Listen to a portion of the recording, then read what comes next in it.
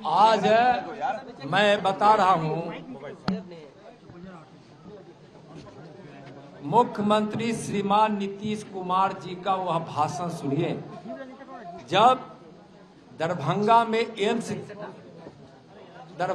जब एम्स दिया गया था, उस समय नीतीश कुमार जी माननीय प्रधानमंत्री आदरणीय नरेंद्र मोदी जी के बड़ाई में जो शब्द सुने थे और जो उन्होंने सुनाया था बिहार के लोगों को, मिथिला के लोगों को, माननीय प्रधानमंत्री जी के लिए, वह शब्द आज भी मौजूद है। तेजस्वी जी, आपको तो उससे कोई मतलब है नहीं।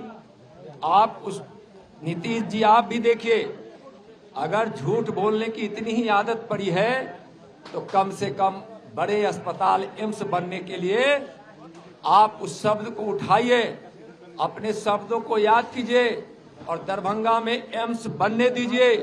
मिथिला वासियों को और बिहार के गरीबों को उसका लाभ लेने दीजिए। केंद्र सरकार एम्स की घोषणा की, कई वर्ष घोषणा के हो गए, लेकिन नीतीश कुमार और तेजस्वी जी, जो आज तेजस्वी जी बड़े बड़े 6 विभाग के मालिक बनकर बैठे हैं। पहली बार ऐसा हुआ है कि इतने विभागों को लेकर बैठे हैं, उसमें स्वास्थ्य विभाग भी उनके पास है। आज इस सरकार की नीयत है कि हम वहां एम्स नहीं बनने दे।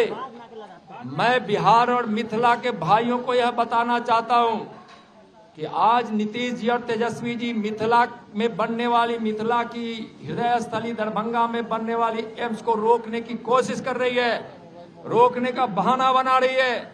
जब वहां कार्य प्रारंभ हो गया, जब वहां की स्वीकृति मिल गई, फिर दोबारा उस पर क्यों विचार किया जा रहा है? क्यों नहीं बिहार सरकार सहयोग करके केंद्र की माननीय मोदी जी की सरकार को दरभंगा का एम्स बनने दे रही है?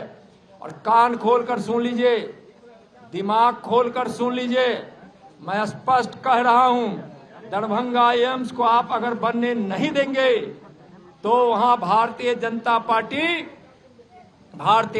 पार्टी वहां अपने मिथिला के सभी सांसदों को लेकर, दरभंगा के सांसद हमारे गोपाल जी ठाकुर हैं, उसी जिला के कुछ क्षेत्र के सांसद हमारे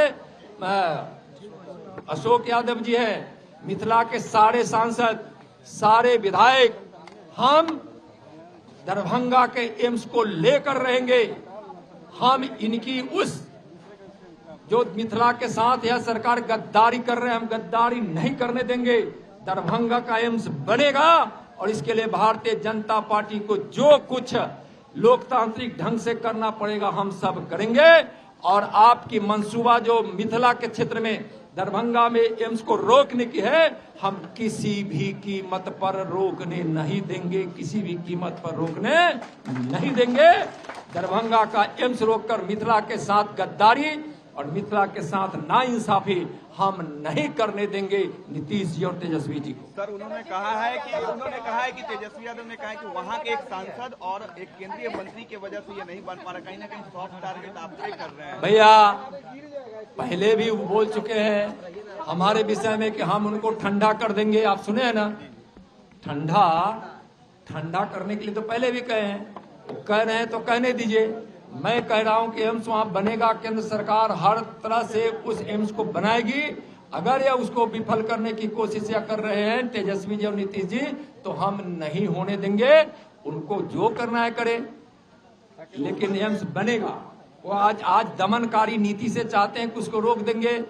गोली लाठी चलाकर लोगों को लोकतांत्रिक ढंग से जो अपनी मांग को लेने के लिए, न्याय के लिए अगर लोग चलते हैं तो उसको रोकने की कोशिश कर रहे हैं। तेजस्वी जी, नीतीश जी, आपकी लाठी गोली भी एम्स बनने से दरभंगा में नहीं रोक सकेगा। आपको कितनी गोली लाठी चलाना है चलाइए। हम और मिथिला की जनता के साथ भारतीय जनता पार्टी, हम सब मिलकर, भारतीय जनता पार्टी के मिलकर हम आपके लाठी गोली खाने के लिए तैयार हैं। या भाई, या उनको उसको लटकाने का, एम्स नहीं बनने देने की मानसा है। यही सरकार का रिकमेंडेशन था और उसको उन्होंने स्वीकार किया था। वहां सारी चीजें एक तरह से प्रारंभ हो चुकी थी। तब उसके बाद वो ऐसा कर रहे हैं।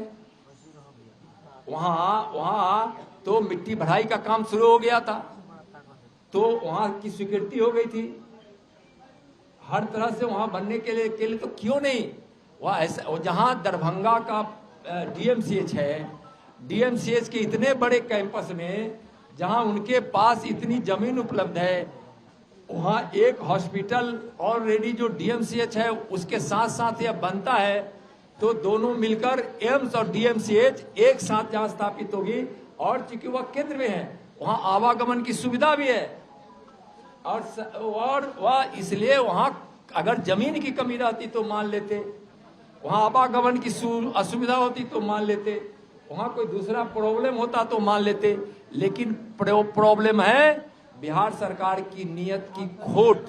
प्रॉब्लम ही है उसकी नीयत में खोट। सर, क्या नीतीश जी को डर है क्या कि क्रेडिट मोदी सरकार के पास चला जाएगा? अरे भैया, वो भय में ही है, डर से ही किया। क्रेडिट मोदी जी को नहीं चला जाए, मोदी सरकार को नहीं जाए, माननीय प्रधानमंत्री जी को नहीं जाए, इसलिए कर रहे हैं।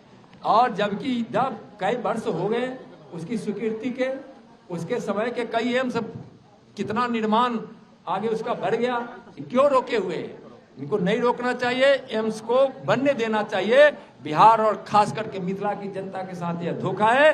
मिथिला की जनता देख रही है, मैं भी मिथिला ही से सांसद हूं, मिथिला के सांसद होने के नाते मैं उनको कह रहा हूं। इसी तरह से जब तेज प्रताप जी जब थे ना, तो उस समय भी उजियारपुर के एक अस्पताल को अपने यहाँ ले जाना चाहते थे, जबकि वहां स्वीकृति थी। तो उस समय भी, अभी उनकी मंशा ठीक नहीं है, दरभंगा एम्स को बनने दे। आप एक बार हाथ जोड़कर करबद्ध प्रार्थना कर, सर झुकाकर मैं नीतीश जी से और तेजस्वी जी से कहता हूं कि दरभंगा के एम्स को बनने दीजिए, बिहार और मिथिला को न्याय दीजिए। नतमस्तक होकर मैं आपसे आग्रह कर रहा हूं। अगर इस नतमस्तक को आग्रह को आप स्वीकार नहीं किए तो भारतीय जनता पार्टी के आंदोलन को भी आपको झेलना पड़ेगा। आपकी लाठी और गोली खाने के लिए हम तैयार हैं। एम्स को आप रोक नहीं सकते। पार्लियामेंट में जो हुआ उस पर क्या कहिएगा, जिस तरीके से जो हुआ? देखिए, जो भी पार्लियामेंट में हुआ ना, बहुत अशोभनीय हुआ। अपने भारतीय संस्कार में, अपनी भारतीय परंपरा में वैसा कोई रिवाज नहीं है, वह कुसंस्कार में माना जाता है। राहुल गांधी ने अपने कुसंस्कार का परिचय दिया है और परिपक्वता का परिचय दिया है। सदन को मजाक उड़ाने का काम किए हैं, और जिस प्रकार की हरकत उन्होंने की है, जो आज कल चर्चा में है, उसकी सफाई चाहे जितना भी दे दे, जिस प्रकार का, मैं उस शब्द का उपयोग नहीं कर रहा हूं, लेकिन आप समझ रहे, जिस तरीके से अपने हाथों को अपने मुंह के पास ले जाकर हवा में जिस प्रकार से उन्होंने कर्तव्य दिखाया है, वह घोर निंदनीय है, घोर आपत्तिजनक है।